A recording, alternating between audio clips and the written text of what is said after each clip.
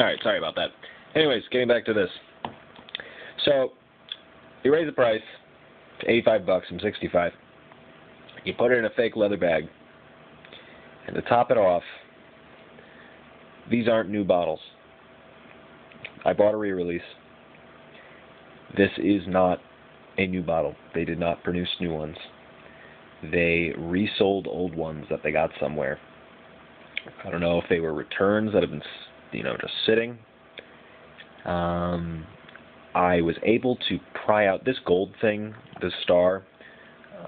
It's just a foil cover. I can sort of see that the rubber's a little bent. I was able to actually pry it out when I got it, because when I first took the bottle out of the bag, I noticed it was a little bit lighter than I thought it should be. So I was able to pry the thing out, and the juice was not 100% full. It was probably about 98 or 99%, but it was not 100% full. And to top it off, these are the same exact bottles that they sold in 2008. You can look at this. First of all, I don't know, it's going to be hard to tell. If you notice here, hold on. Come on, focus. If you notice right in there, not focusing correctly, but it does not say Amen Pure Coffee. If you notice under the star there, it says Angel Men Pure Coffee. That's very important, because shortly after Pure Coffee was released, in fact, here, I'll show you this. This is the old cover of my old Amen. You can see it says Angel Men. That's the same thing that's on the bottom there. The reason I have this is a few years old. This is not the box that went with my flask right there. In about 2008, late 2008, early 2009, they were forced to change the name to Amen because of some copyright problem. No bottle since this has been named Angel Men.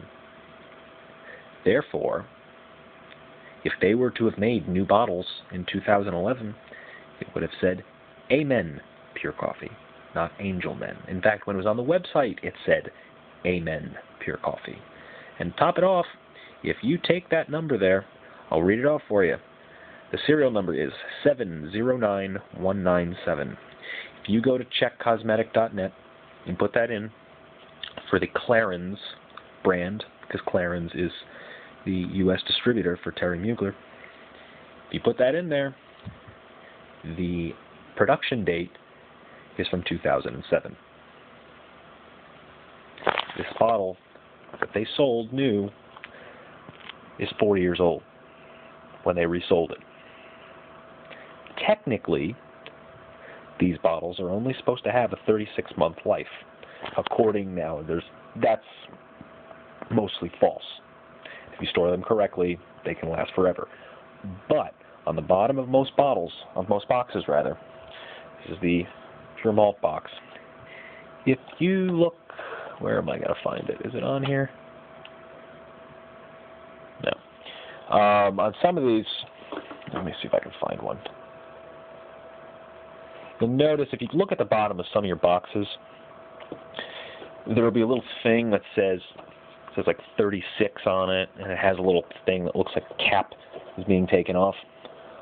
What that theoretically means is, and I don't see it on any of these boxes, but anyways, what that theoretically means is that there's supposed to be a 36-month shelf life.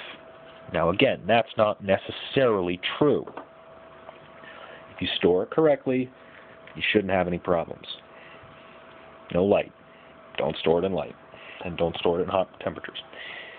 But if you're going to re-release something, charge more for it, put it in lower quality packaging, don't sell a 4-year-old product. And I have reason to believe that this bottle has soured and gone bad.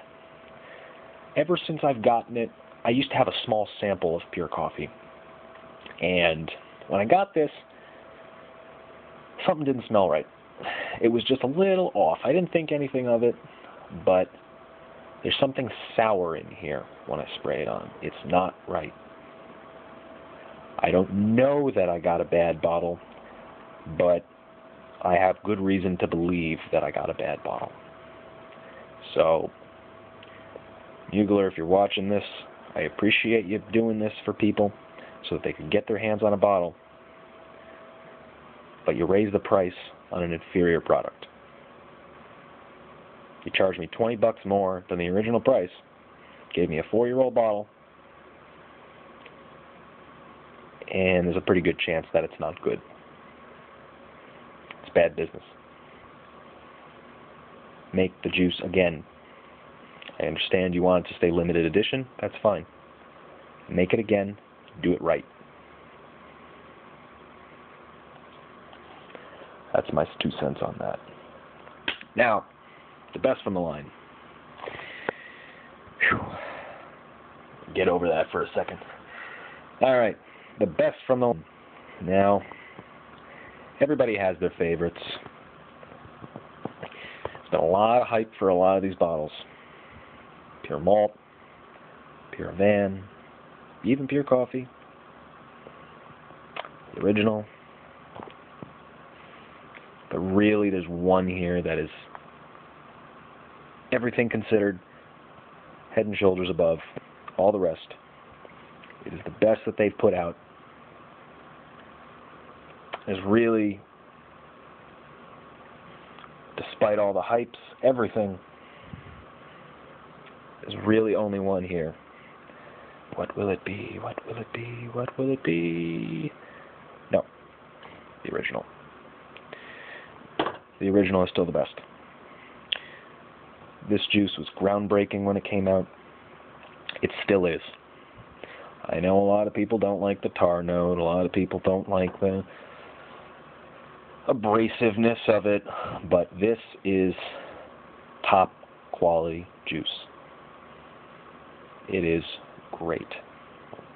This gives you something you can't find anywhere else. By those standards, you could consider it niche quality juice. Just like Mark said in his video, his top 20 designer releases that he just shot. It's not a niche brand. It's not a niche fragrance, technically. But if you repackage this and put it in a Creed bottle, all the Creed freaks would be going nuts calling this niche. It lasts. It's different. It's high quality. It's not something you're going to find anywhere else. Now, there have been copies of it. They have some, I think Animali was, they tried to make something close to it. Anytime you release something that's as popular as this was, and still is to this day, you're going to get people copying it. But the chocolate, the woods, even the tar. I like the tar. I'm just going to say it. I like it. I'm with you, Mark. I don't know what they're saying, that the top is too put-offish. I guess I can see it, but those top notes, you're not going to find it anywhere else. No other juice that's come out has been daring enough to do what they did with this. And for that, they deserve top praise. And then on top of that, to put out a juice that lasts forever is utterly scrumptious. I mean, you want to eat yourself. It's like you're wearing a chocolate brownie with some really nice woods. I think a lot of times in a lot of reviews, what gets lost is how good the peppermint note is up top. Excellent. Really adds a nice spice to it. So, the original, still the best.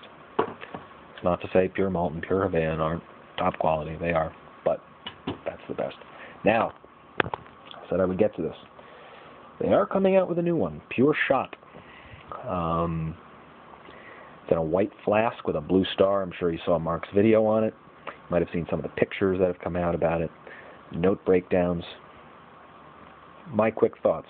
Number one, I hope it's not the watery, aquatic summer mess that I praised Sun Essence for not being. That's my biggest concern with that, is that they're going to release something that's a boring summer water aquatic flanker. That would be a disaster. Now, the notes don't quite make that case, but I see white pepper, mint, some watery notes. I'm a little concerned. The vanilla bourbon looks very good. I like that. Patchouli coffee, that's their signature. I don't know. The bottle presentation definitely is very good. White with the blue star, it's different, it's new. We'll have to see.